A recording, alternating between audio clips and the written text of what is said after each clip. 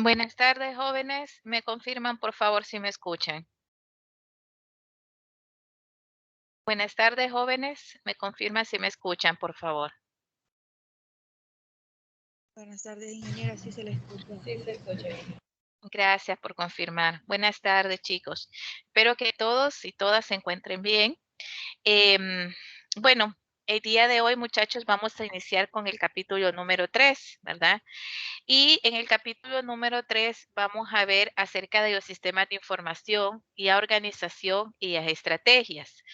Para esto vamos a ver algunos temas importantes como lo que son la organización y sistemas de información, el impacto de los sistemas de información en las organizaciones y las empresas, el uso de los sistemas de información para lograr una ventaja competitiva basado en modelos de fuerza competitiva de Potter. Y vamos a ver acerca de las estrategias de negocio apoyados en los sistemas de información. Entonces tenemos que los sistemas de información y organización influyen entre sí. Y esta es podríamos decir que esto es cierto, porque obviamente los gerentes construyen sistemas de información que sirven para los intereses de la organización, ¿verdad? ¿Y por qué? Bueno, porque no es tanto que ellos lo construyen, o sea, que ellos vienen y ellos lo desarrollan, sino que el diseño que se hace es siempre de acuerdo, ¿verdad? Con la necesidad que tienen las empresas en una institución. Casi siempre es un sistema que aunque es un RP empaquetado, pero sí, casi siempre al momento de implementar se implementa a la medida, ¿verdad? Obviamente esto lleva consigo que en algunos casos, pues los procesos el sistema no se puede ajustar en su totalidad a algunos procesos y por lo tanto, pues las empresas tienen que cambiar esos procesos o tienen que hacer alguna modificación de esos procesos. Em, Otro de los puntos importantes es, por eso es una relación que tiene que haber directa entre los gerentes y los jefes con el sistema y mucho más al momento de implementar el sistema, ¿verdad? Eh, Tenemos ya parte de crear conciencia de la influencia de los sistemas de información y adoptar una actitud abierta hacia ellos para beneficiarse de las nuevas tecnologías. Eh, Podríamos decir que en estas nuevas generaciones se encuentra una menos resistencia al cambio, ¿verdad? ¿Por qué? Porque pues las empresas ya están claras que definitivamente necesitan sistemas de información, ¿verdad? ¿Y por qué necesitan esos sistemas de información? Porque sin ellos, pues básicamente no podrían tomar ya decisiones en el tiempo oportuno. Pero siempre y a vieja escuela, es decir, aquellas empresas que todavía su naturaleza es más tradicional que otra cosa, pues existe una pequeña resistencia al cambio. Incluso en empresas donde existen sistemas, cuando se compra un nuevo sistema, siempre hay una resistencia al cambio. Y esto es normal porque em, pues como seres humanos muchas veces nos acomodamos, ¿sí? Cuando hacemos una tarea varias veces repetitivamente, pues nos acomodamos a esa forma de ser y nos acomodamos al trabajo. Y el ser humano casi siempre busca tener una estabilidad y al tener esa estabilidad, pues generalmente se acomoda. Y eso sucede cuando en empresa durante mucho tiempo se ha utilizado un sistema y de repente pues viene un cambio de sistema porque es necesario y muchas veces eso pues provoca cierta inestabilidad, ¿verdad? En el recurso humano, cierta inconformidad, pero cuando se crea un ambiente de armonía, un ambiente donde los usuarios se les da una seguridad, donde se les ayuda a que ellos tengan esa seguridad de utilizar el sistema de información, pues obviamente existe una mayor tranquilidad y esto ayuda a que el cambio pueda ser menos frustrante, ¿verdad? Y tenemos que dicha interacción es compleja y recibe la influencia de varios factores, ¿verdad? Obviamente sabemos que no es fácil, incluso cuando vemos la relación que existen entre la organización y la tecnología de información, pues nos damos cuenta, y si ustedes se fijan en esta gráfica, nos damos cuenta que es algo cíclico, ¿sí? Es decir, y la organización obviamente necesita de la tecnología de información y la tecnología de información apoya a la organización. Pero también hay otros factores que influyen en esa relación que hay prácticamente una relación, podríamos decir, de matrimonio que en la que no se pueden separar porque definitivamente es necesario esto, ¿verdad? Entonces tenemos que factores como por ejemplo el entorno y a cultura, ¿verdad? Y a estructura y los procesos de negocio, ¿verdad? Y a políticas y a decisiones gerenciales, todo esto llevan a lo que es fuerzas externas que pueden provocar obviamente una influencia en eso. Permítanme.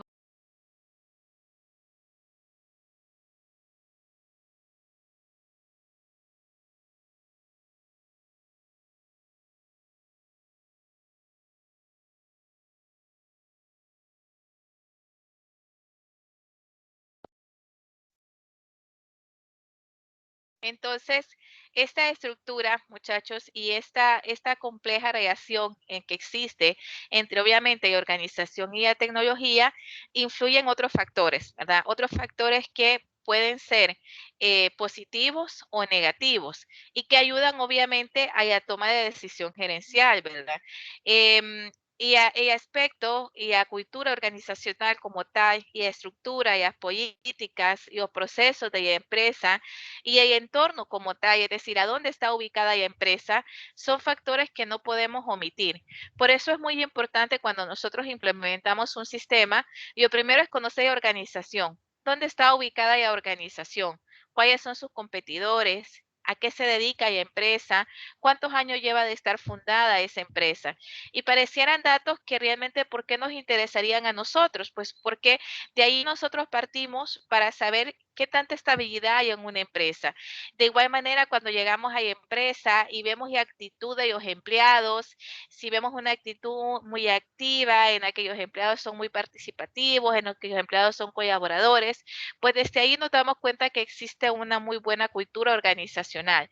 Pero sin embargo, si llegamos a una empresa donde nos dicen, no, mira, si tú quieres saber algo, ve, se va a pedir ese departamento, porque yo honestamente no me llevo con el jefe de ese departamento, no sé cómo funciona, ella es una persona antipática, o te encuentras con alguien que te dice, bueno, pero que sea en las horas laborables, porque yo no puedo trabajar después de ellas horas de trabajo. Entonces, desde ahí uno deduce qué tipo de empresa es. Y eso obviamente va a influir en el uso de la tecnología dentro de la organización. Y también va a influir obviamente en el éxito de la implementación del sistema, ¿verdad? Y de uso que le den al sistema. Hay muchos sistemas jóvenes que son buenísimos y que en otras empresas han tenido mucha historia de éxito, ¿verdad? En cambio, vemos otras empresas donde los procesos son similares, el rubro es el mismo, pero el sistema no funcionó. Entonces, ahí es donde nos preguntamos, ¿por qué en una empresa sí funciona y en otra empresa no funciona? Pues precisamente por esos factores externos e internos que nos pueden afectar al momento de implementar un sistema. ¿Cuáles son las características organizacionales? Algunas características son las rutinas y procesos de negocio, y las cuales, muchachos, son reglas, procedimientos y prácticas que se han desarrollado para lidiar con casi todas las situaciones esperadas. Uno de esos ejemplos que es bastante, podríamos decir, claro, son los call centers, por ejemplo. Los call centers tienen sus procedimientos, sus prácticas, em, ante situaciones, ¿verdad? Tienen incluso sus propias normativas, ¿verdad? Y obviamente son empresas cuya característica básicamente es la de atención al cliente. Y por ende, esas empresas como tal, pues definitivamente pues tienen un impacto, ¿verdad? Entonces, y no podemos tratar a ese tipo de empresas al momento de implementar, no lo podemos tratar como tratamos a una empresa, por ejemplo, que es de producción, o como tratamos a una empresa que es de servicio, pero por decir algo, servicio hospitalario. Entonces, siempre tenemos que conocer qué tipo de empresa es, cuál es el proceso de negocio de esa empresa, qué reglas existen en esa empresa, cómo desarrollan el trabajo, ¿verdad? Tenemos también políticas organizacionales que definen lineamientos. Por ejemplo, algunas empresas prohíben el uso de los teléfonos móviles, ¿verdad? Entonces, obviamente, si nosotros pensamos poner una aplicación en la cual los usuarios puedan conectarse desde sus teléfonos, pero si es una empresa donde está prohibida el uso de celular, pues es una opción que no es muy válida. Entonces, desde ahí no podríamos considerar ese uso de teléfono móvil a menos que los gerentes o la parte administrativa pues autorice que se pueda volver a utilizar el teléfono. En la parte de la cultura organizacional, muchachos, y la cultura organizacional obviamente es la que define a una empresa como tal. Obviamente es la unión que existe entre las normas y los hábitos y los valores. Es ahí la importancia de una misión, de una visión, de unos objetivos claros, de políticas de la empresa, de valores de la empresa. Y todo eso es lo que conlleva esa cultura organizacional. Entonces, si tenemos una empresa donde sus empleados están comprometidos, donde los departamentos, aunque obviamente físicamente están separados, pero que al mismo tiempo se apoyan entre ellos, pues hablamos de que existe una muy buena cultura organizacional. Tenemos ya parte del entorno organizacional, de donde obtienen los recursos, hacia donde suministran bienes y servicios. Acá es en el entorno prácticamente podríamos decir externo, ¿verdad? Porque básicamente vemos quiénes son los proveedores de esa empresa, cuáles son los servicios que vienen en esa empresa, quiénes son sus clientes potenciales, a qué se dedica, cuáles son los productos o servicios que tienen mayor movimiento, cuál es el nicho de mercado de esa empresa, todo eso se tiene que ver en la parte del entorno organizacional. Y obviamente, al hablar de la estructura organizacional, hablamos de la división del trabajo, ¿verdad? Es decir, cada empresa en el organigrama, cada departamento tiene su personal y cada persona de esos departamentos pues tiene sus funciones y sus características específicas, ¿verdad? Entonces, y aparte propiamente de la estructura organizacional es importante. Dentro del entorno, obviamente surgen lo que son las tecnologías perjudiciales. Estos crean un efecto contrario al que nosotros esperaríamos si fuera en un ambiente óptimo, ¿verdad? Por ejemplo, que la empresa cambie de manera radical de hacer negocios en la compañía. Que un día no diga, bueno, que se dedica a la producción de cuadernos y que el siguiente semana o al siguiente mes diga que se va a dedicar ahora a la producción de, de bolsones o de malletas. Obviamente, aunque es producción, pero está cambiando de una forma radical el negocio como tal, el nicho de mercado como tal. Entonces, ahí es volver a hacer el levantamiento de información, todo ese análisis previo que se hace antes de implementar un sistema. Entonces, por lo tanto, estar cambiando y no estar decidido en qué, cuál es el proceso de la empresa, eso es perjudicial, definitivamente es algo perjudicial. También otro aspecto que afecta bastante son los productos sustitutos, donde muchas veces esos productos son mejor y de mejor calidad y a un precio más cómodo que los artículos actuales que tiene la empresa, ¿verdad? Entonces, y obviamente vemos productos que son muy similares, ¿verdad? Em, y obviamente los productos de marca pues tienen su sello personal, su uso, pero vemos que cada día hay productos que son productos sustitutos, que son prácticamente idénticos y a diferencia únicamente ya puede percibir a alguien que de repente pues utilice ese producto de marca, ¿verdad? Entonces, y que sea muy, muy fanático de ese producto, entonces es donde puede percibir la diferencia. Pero cada día los productos sustitutos se vuelven de mejor calidad, más baratos y más accesibles a las personas. Entonces, esto definitivamente pues puede provocar una tecnología contraproducente. Y hay industrias reemplazadas tienden a desaparecer si no convergen o cambian. Y esto es muy importante. Hay un dicho, muchachos, que nos dice de que la tecnología está en constante cambio. Pero así como la tecnología está en constante cambio, y las empresas también están en constante cambios. Quiere decir que estas organizaciones, estas empresas, no son estáticas, nada es estático realmente. Y así como cambian, pues también así cambian las políticas. Yo me recuerdo cuando se tenía que incluir en la facturación el número de ICAI. Entonces, ¿qué sucedió? Que ninguna empresa a nivel nacional pues tenía su sistema para ICAI. Entonces, habían empresas que los sistemas eran hechos en casa, ¿verdad? Eran sistemas que se habían elaborado en la empresa y que por lo tanto pues tenían su área de desarrollo y ellos se encargaron de hacer el cambio.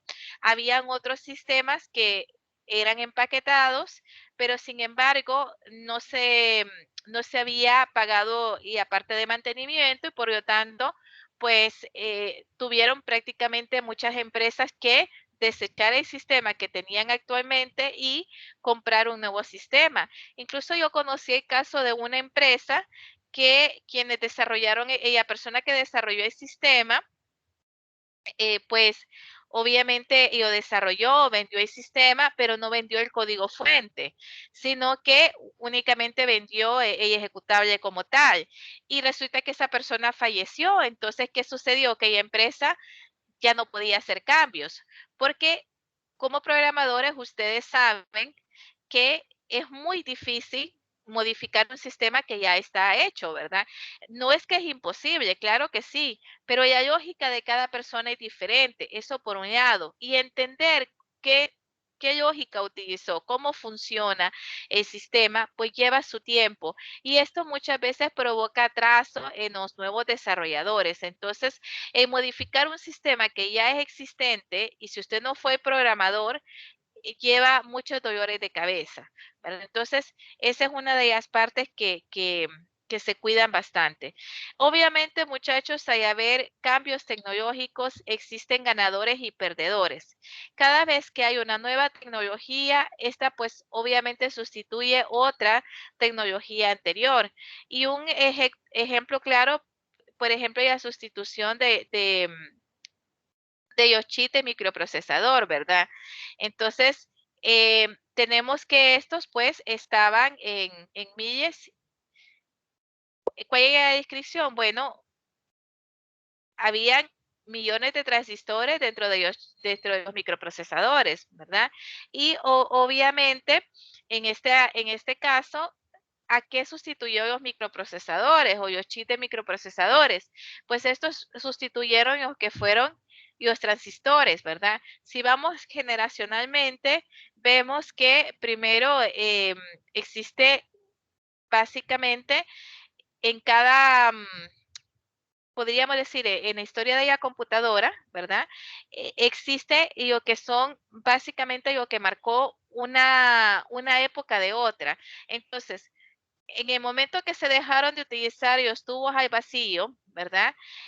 Viene y se utilizan lo que son los transistores, pero los transistores, por supuesto, los sustituye lo que son los microprocesadores, ¿verdad? Entonces, ¿qué sucede con esto? ¿Quiénes ganaron ahí? Pues las empresas que en ese momento apostaron por y a elaboración de microprocesadores como fue Intel y empresa Texas Instruments y obviamente quienes perdieron y las empresas que se dedicaban a hacer lo que eran los transistores. Cuando surgen las computadoras personales, obviamente ya para uso de, de las personas normales, no normales, sino de, ya no para las instituciones, ya su tamaño y todo era más para uso personal. Estas computadoras, obviamente de escritorio, sus características eran que eran mucho más pequeñas, económicas y que eran obviamente totalmente funcionales. Obviamente para 1975 servía más para almacenar información y para hacer ciertos trabajos secretariales y operaciones matemáticas que para otra cosa. Sin embargo, acá hay las computadoras personales, obviamente hay un gran impacto porque anteriormente pues eran supercomputadoras y mainframe y las que se utilizaban. Entonces eran computadoras que por su característica, porque eran grandes, porque alcanzaban prácticamente en una habitación completa, entonces no solamente empresas gubernamentales, instituciones educativas, instituciones gubernamentales, y los militares o las empresas podían realmente tener y o que eran esos equipos. Pero en una casa, obviamente, no podían tener esos equipos porque el costo era elevadísimo y los tamaños, pues eran equipos que tenían que estar en constante ventilación, ¿verdad? Eh, entonces, ¿qué pasaba ahí? Que obviamente no eran, no eran para estar en una casa. Cuando vienen y surgen las computadoras personales, que obviamente si comparamos las computadoras personales de 1975 con las que tenemos actualmente, nos vamos a dar cuenta que el tamaño, el dimensionamiento y la capacidad son 100 veces más ahora de lo que eran en 1975. Sin embargo, bueno, ¿quiénes ganaron ahí? Pues las empresas que comenzaron eh, a producir computadoras personales, tales como HP, Apple, IBM, y pues quienes perdieron o quienes dejaron de percibir la gran cantidad de equipos, pues aquellas empresas que se dedicaban más a supercomputadoras o computadoras mainframe como era IBM, que precisamente por eso se caracterizaba. En el caso de cuando salió la fotografía digital, que fue aproximadamente en 1975, que su característica obviamente era el uso de chips de sensores de imágenes y aquellos dispositivos de acoplamiento de carga, es decir, ya no eran básicamente ya no eran cámaras tradicionales, ¿verdad? De las que pues tenía que poner y a película y que ya una vez que tomabas ya fotografías, pues sacabas el rollito y esto lo llevabas a una empresa a revelar, ¿verdad? Pues ya obviamente con estas fotografías digitales donde pues utilizábamos memoria y cada vez ha habido un avance más en cuanto a la fotografía digital, pues obviamente quienes ganaban y las empresas que se dedicaban obviamente básicamente al uso a la creación de chips de sensores de imágenes, ¿verdad? Y las empresas de cámaras tradicionales obviamente y las empresas que se dedicaban a la fabricación de los productos de filmación, es decir, a esos rollitos, pues poco a poco fueron quedando rezagados. Ahora bien, con el uso de Internet o propiamente cuando ya, no tanto con el uso de Internet, sino de la navegación propiamente en el Internet, ¿verdad? De la página web como tal, em, también hacen un cambio importante, ¿verdad? Porque ahí venimos a lo que es y a bases de datos globales, de archivos, eh, obviamente, y las paginaciones como tal, em, y donde ya prácticamente venimos a conceptos como, por ejemplo, el uso del correo electrónico, de las compras en línea, todo lo demás, ¿verdad? Permítanme un momentito, muchachos, por favor. No sé si hasta aquí tienen alguna pregunta, jóvenes.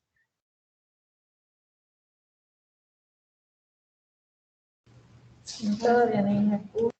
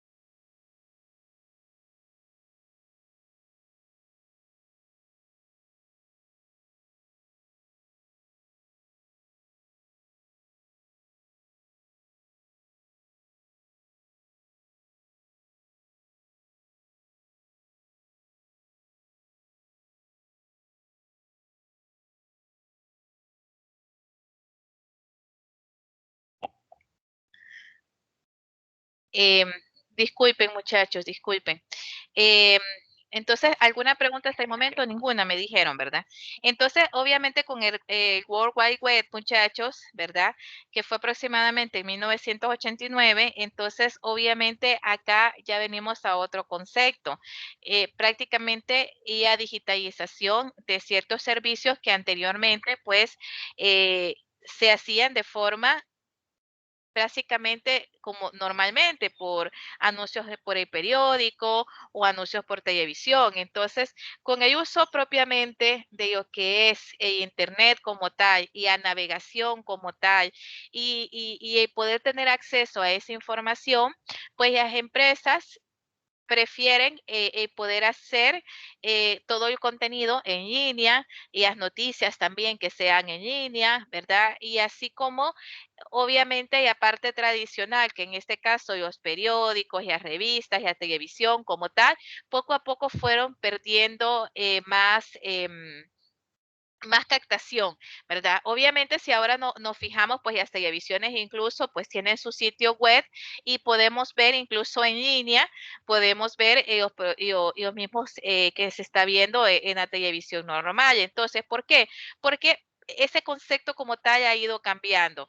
Y aparte de servicio de música, video, televisión por internet, todo eso, eh, que fue aproximadamente en 1998, ¿verdad? Hablamos de, de de ese cambio tecnológico que hubo al momento de utilizar el Internet. ¿Por qué? Porque y a música como tal, y los videos, y las transmisiones televisivas, todo se podía hacer por la web. Entonces, obviamente, ¿qué empresas ganaban ahí? Pues y las empresas y los propietarios de las plataformas de Internet, ¿verdad? Y los proveedores de telecomunicaciones que poseían la red troncal de Internet, tal como AT&T o Verizon, los proveedores de servicios de internet locales, ¿verdad? Mientras que los que perdían, obviamente, eran los vendedores minoristas como las tiendas físicas. ¿Por qué? Porque si ustedes, no sé si ustedes, bueno, no sé si alguno de ustedes logró ver lo que eran, eh, lo que eran los lugares donde uno iba a rentar películas. No sé si alguno de ustedes tuvo esa experiencia. Pues había negocios, muchachos, donde uno iba a rentar películas, ¿verdad? Que obviamente, pues, usted pagaba una membresía y usted tenía derecho al mes a ir a sacar películas, eran en cassette. No sé si alguno de ustedes vivió es- ese- esa etapa, muchachos, ese cambio, ¿no? ¿Ninguno?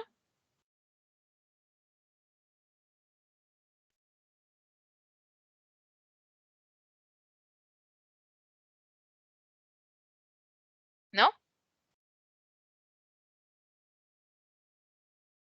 Bueno, empresas como Blockbuster, por ejemplo, fue una empresa que tenía esa característica, ¿verdad? De alquiler de películas. ¿Y cómo fue sustituido? Por ejemplo, por empresas como, por ejemplo, Netflix, ¿verdad? Eh, o empresas que básicamente alquiler o la membresía para ver películas, pues básicamente son en línea, ¿verdad? Como Disney Plus, por ejemplo, como Amazon Premium también, son algunos de los que han venido a sustituir.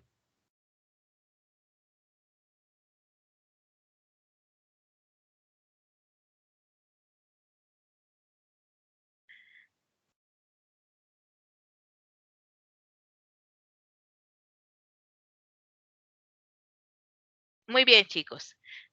Tenemos, y aparte propiamente de algoritmo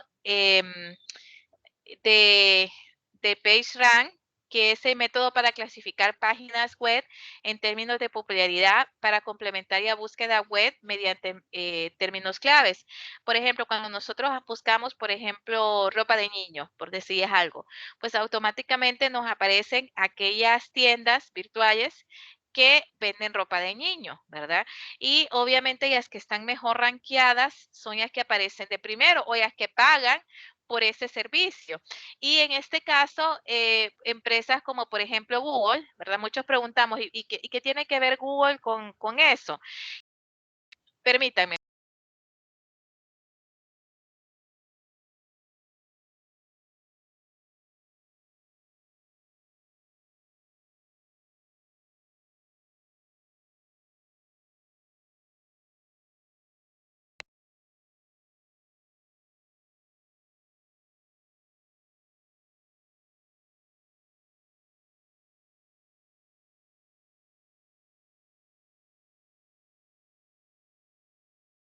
Disculpen, muchachos. Entonces, empresas como Google, realmente esa es la ganancia que ellos tienen, ¿verdad? Toda esa base de datos, igual que ellos tienen, toda esa minería de datos que ellos tienen, obviamente, obviamente eso les ha venido a beneficiar y esa es básicamente la ganancia que ellos pueden tener de esas patentes. Ahora, ¿qué pasa con motores de búsqueda como Altavista? No sé si alguna vez ustedes lograron a trabajar con este motor de búsqueda. Era bien rústico, era bastante rústico, ¿verdad? Este motor de búsqueda salió antes, mucho antes que Google, ¿verdad? Y obviamente eran las primeras versiones incluso de cuando se comenzaba a utilizar en Internet, ¿verdad? Como tal, entonces era bien imitado, bastante imitado. En el caso de software como servicio web, tenemos el uso de Internet para proveer accesos remotos al software de línea. Y eso para esto, pues obviamente tenemos las compañías de servicio de software en línea, ¿verdad? Donde podemos incluso descargar demos, podemos descargar software open source que hasta cierto punto son gratuitos, ¿verdad? Hasta cierto uso, pero ya después se tienen que pagar. ¿Y qué compañías pues poco a poco fueron perdiendo o básicamente fueron evolucionando, tuvieron que evolucionar empresas como por ejemplo Microsoft, como SAP, como Oracle, pues en su momento estuvieron perdiendo. ¿Por qué? Porque aparte de que son bastante caros, ¿verdad? Y las licencias de ellos son caros. Aparte de eso, pues también estaba el hecho de que muchos de ellos no eran su plataforma web, ¿verdad? Entonces solo eran software, podríamos decir, tradicional, y software de escritorio. Pero conforme las empresas fueron viendo la utilidad de tener servicio web, pues también quisieron ir adquiriendo esos tipos de software que les permitiera poder tener sistemas más dinámicos. Y obviamente lo que fue Microsoft, SAP y Oracle, pues tuvieron que ir evolucionando porque si no, pues esto iban prácticamente a quedar en la quiebra como tal. El impacto económico, bueno, hay una teoría de costos de transacción, ¿verdad? En las cuales la tecnología de información obviamente ayudaba a las empresas a contraer su tamaño, ya que pueden reducir sus costos de transacciones, obviamente con la digitalización, eh, con, con la parte de lo que es el recurso humano, ¿verdad? Hacer más óptimo el trabajo que hace el recurso humano y por lo tanto pues tener menos recurso humano, ¿verdad? Y toda la parte que es la parte transaccionaria, la TPS, así como también tener alianzas estratégicas con los proveedores.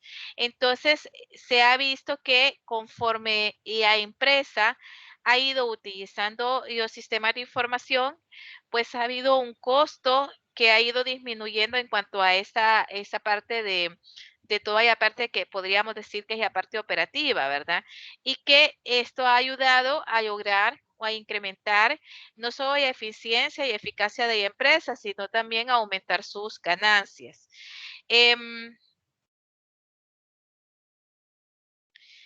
¿Qué es lo que nos dice esta teoría como tal? Em, en el caso de la teoría del costo de las agencias sobre el impacto de la tecnología de información en las organizaciones, nos dice que conforme las empresas crecen en tamaño y complejidad, tradicionalmente experimentan un alza en los costos de las agencias. Eso es lógico. Sin embargo, la tecnología de información desplaza la curva del costo de la agencia hacia abajo y a la derecha, permitiendo a las empresas aumentar su tamaño y al mismo tiempo bajar los costos de la agencia. Obviamente, al haber esto, quiere decir que hay un mayor crecimiento, ¿verdad? Y ese crecimiento a tal punto, pues nos ayuda bastante, porque la empresa puede poner sus servicios o todas sus estrategias, ¿verdad? Ya no tanto en reducir el costo de personal, sino en aumentar sus ganancias. Y esto pues le permite un margen de poder aumentario, ¿verdad? Porque y le permite crecer como empresa, pero también le permite optimizar sus recursos, ¿verdad? Muy bien, chicos. Hasta aquí estamos claros.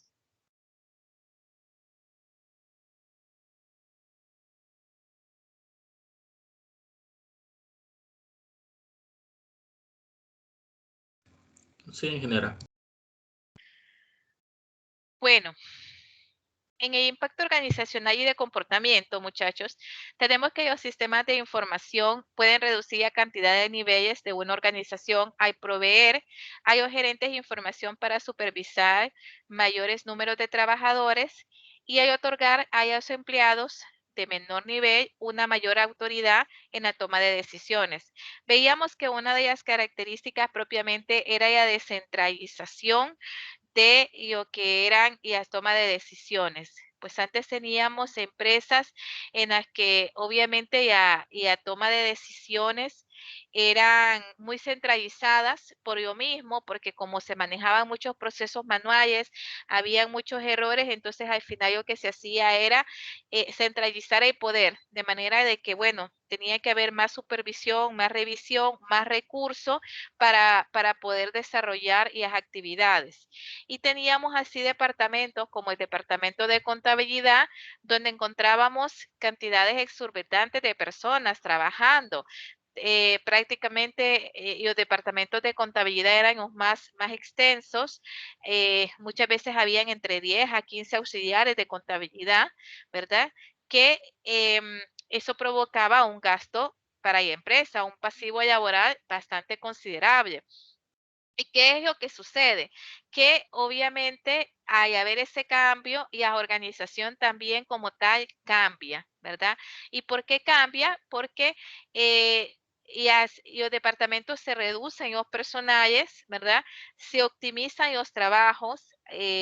Hay muchos trabajos que se generan prácticamente de forma automática y los gerentes pueden estar más pendientes mediante lo que es inteligencia de negocios y dentro de lo que son los estándares de calidad pueden estar más pendientes de cómo va comportándose la empresa y de esta manera pues les ayuda a poder tomar decisiones y a tener más controlado todo, ¿verdad? Entonces ya no necesitamos tanto personal para poder controlar lo que son los procesos de la empresa. Y esto ha venido a ayudar significativamente el uso de los sistemas. Y la resistencia organizacional y la relación de los ajustes mutuos entre la tecnología y organización. Hay algo muy importante, y implementación de los sistemas de información tienen consecuencias para los arreglos de las tareas, para las estructuras y también especialmente para el personal. De acuerdo con este modelo que nosotros vemos aquí,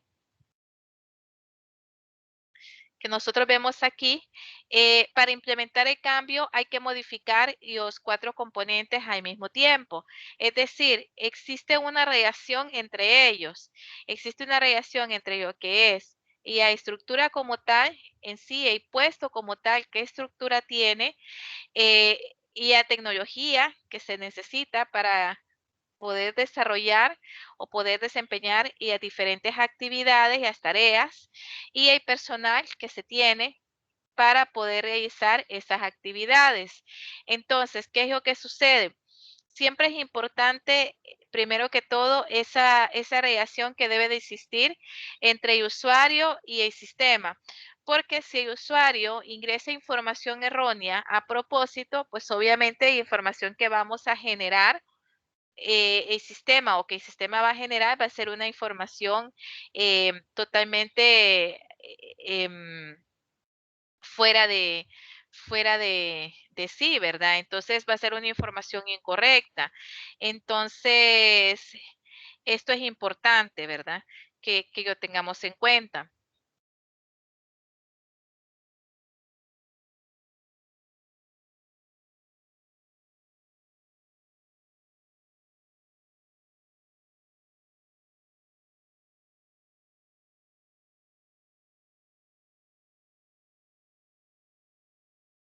Entonces,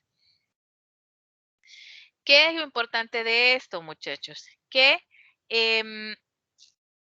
tiene que haber un ajuste en todo esto y tiene que haber una relación armónica. ¿Por qué razón?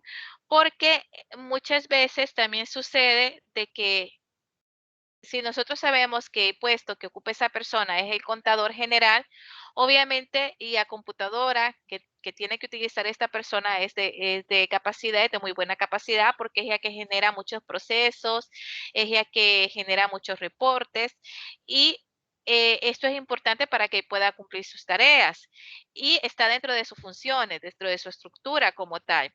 Ahora bien, ¿qué pasa si nosotros le ponemos un equipo que el equipo es lento, que el equipo se traba cada rato, que tiene que estar reiniciando a cada rato?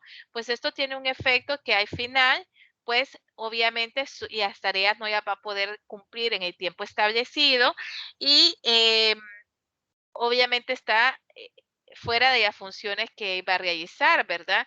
Y esto iba a impactar directamente en esas funciones que él como tal tiene que realizar. Entonces, todo tiene un equilibrio. Y esto es muy importante, no solo es capacitar a los usuarios o no solo es ponerles un buen equipo, es analizar también al momento de implementar un sistema qué funciones realiza ese usuario dentro del organigrama, cuál es la estructura, qué ocupa, qué puesto ocupa esa persona, cuáles son los roles y perfiles que va a tener esa persona y cuáles son las tareas que va a desarrollar. Entonces, esto es muy, muy importante. Hasta aquí, muchachos, ¿estamos bien?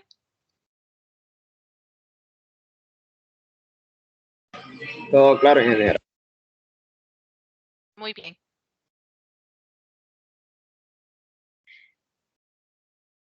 En cuanto al modelo de fuerzas competitivas de Potter, ¿verdad? Y la posición estratégica de las empresas y sus tácticas se determinan no solo mediante la competencia directa tradicional, sino también mediante otras 4 fuerzas en el entorno de la industria. Nuevos participantes en el mercado, nuevos productos sustitutos, clientes y proveedores. Aquí hablamos, muchachos, cuando nosotros vemos las fuerzas de Potter, vemos que estas están más relacionadas con lo que son las empresas tradicionales o con lo que es el proceso de negocio tradicional, ¿verdad? Donde el proceso de negocio tradicional como tal, pues es empresa con sus competidores. Sin embargo, hay otras fuerzas que influyen en la respuesta como tal de las empresas.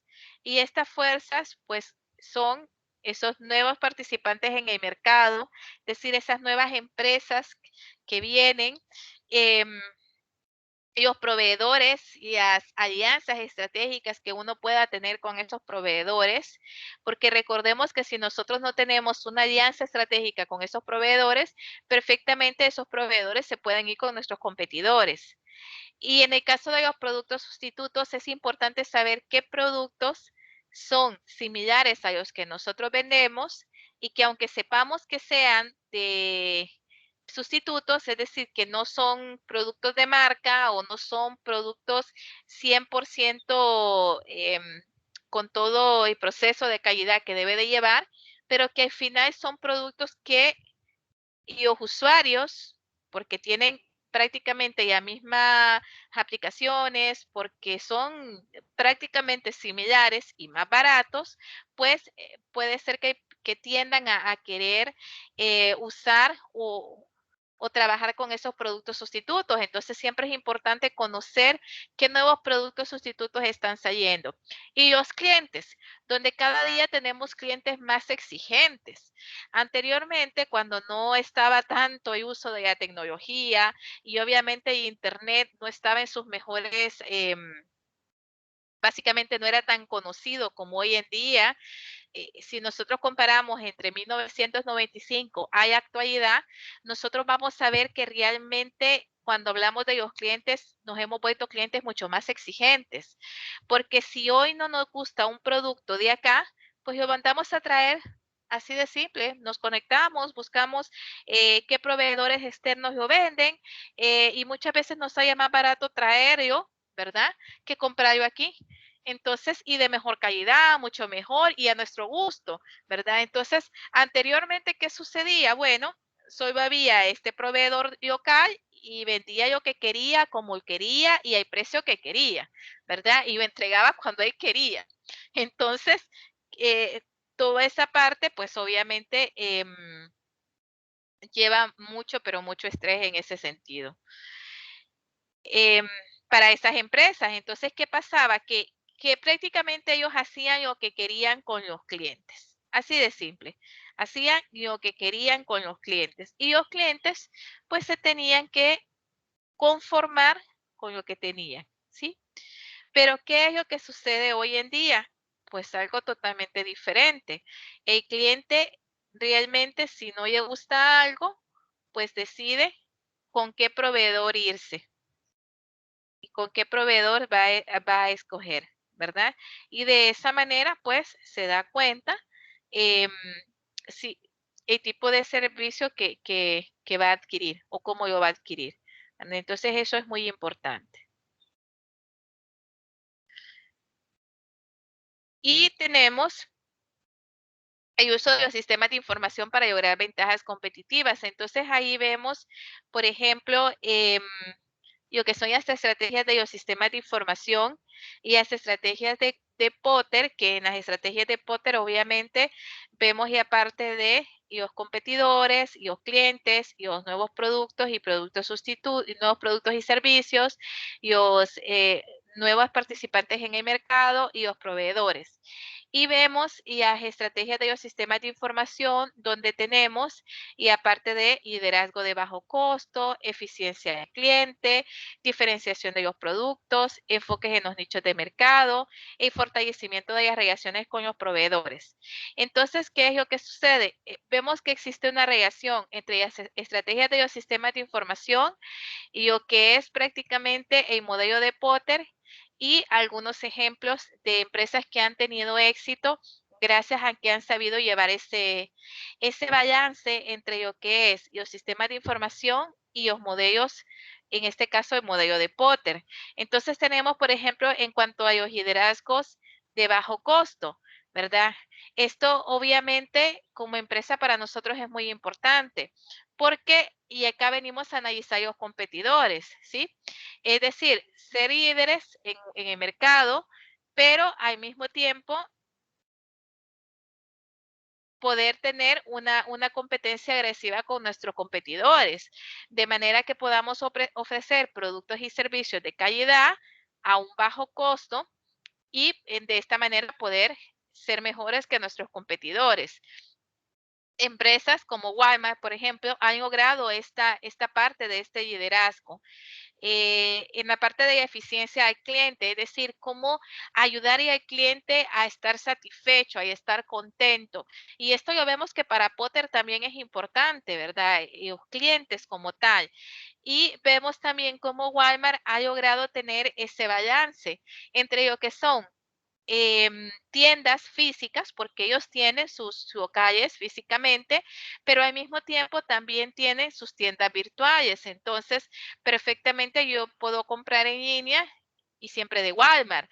Entonces, y también algo bien interesante con Walmart es que también tiene prácticamente todo tipo de producto a un costo que podríamos decir que es un buen costo, ¿verdad? No es caro. Eh, así como productos bien interesantes, ¿verdad?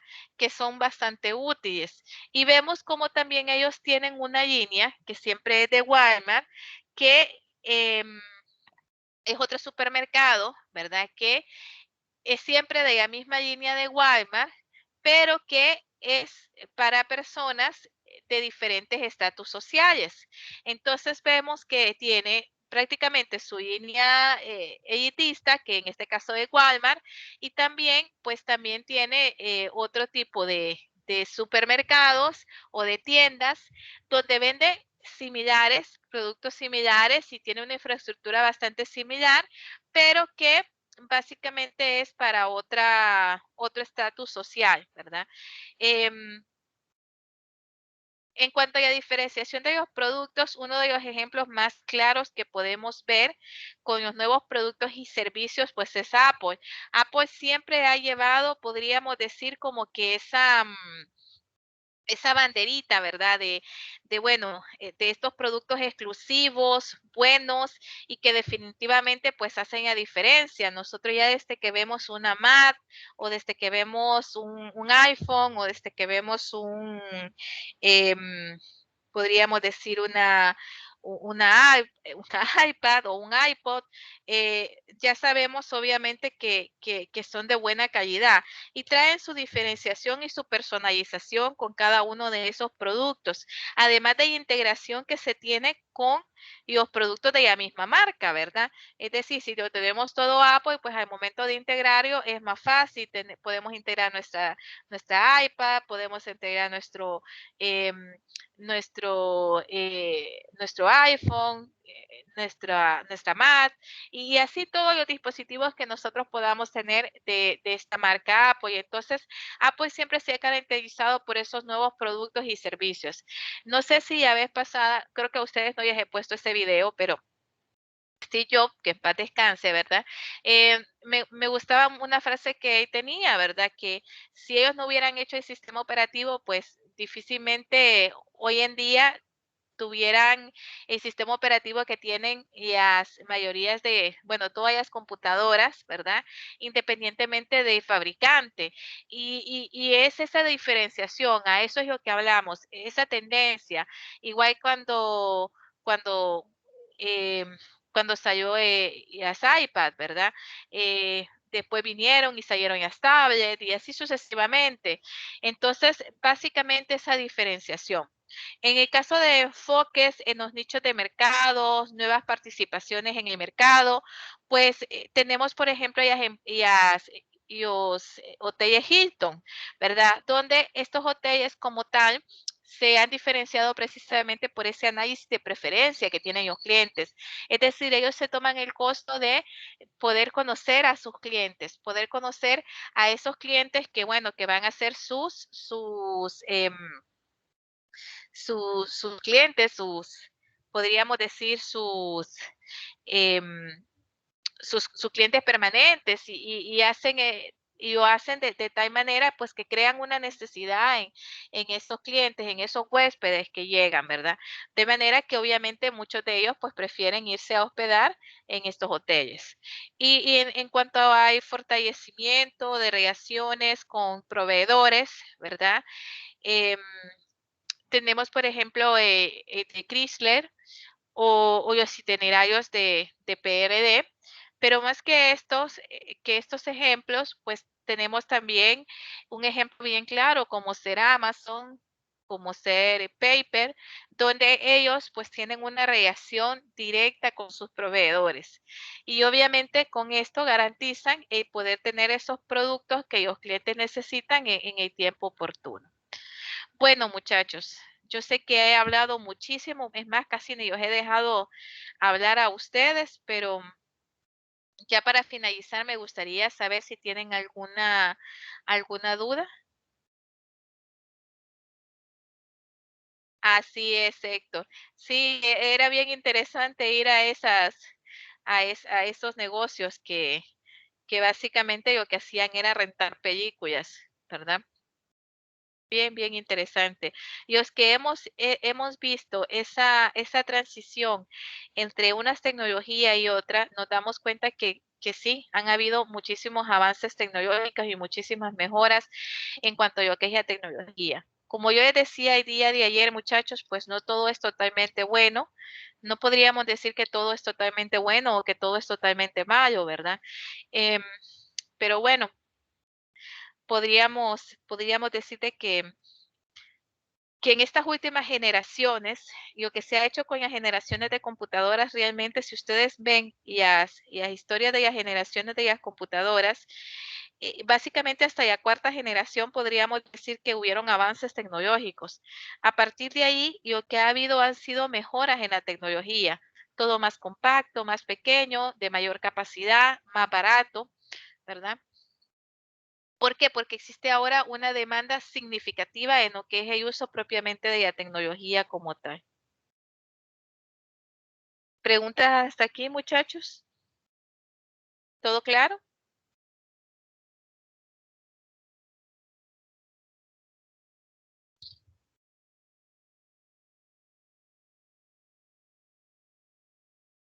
Bueno, esta es la primera clase donde yo tengo que preguntar si todo está claro y nadie me contesta. Entonces no sé si es que todo está claro o es que nadie está en la clase. O es que no me escuchan. Todo claro. Todo claro, ingeniera. Ah, ok, ya me había preocupado, muchachos.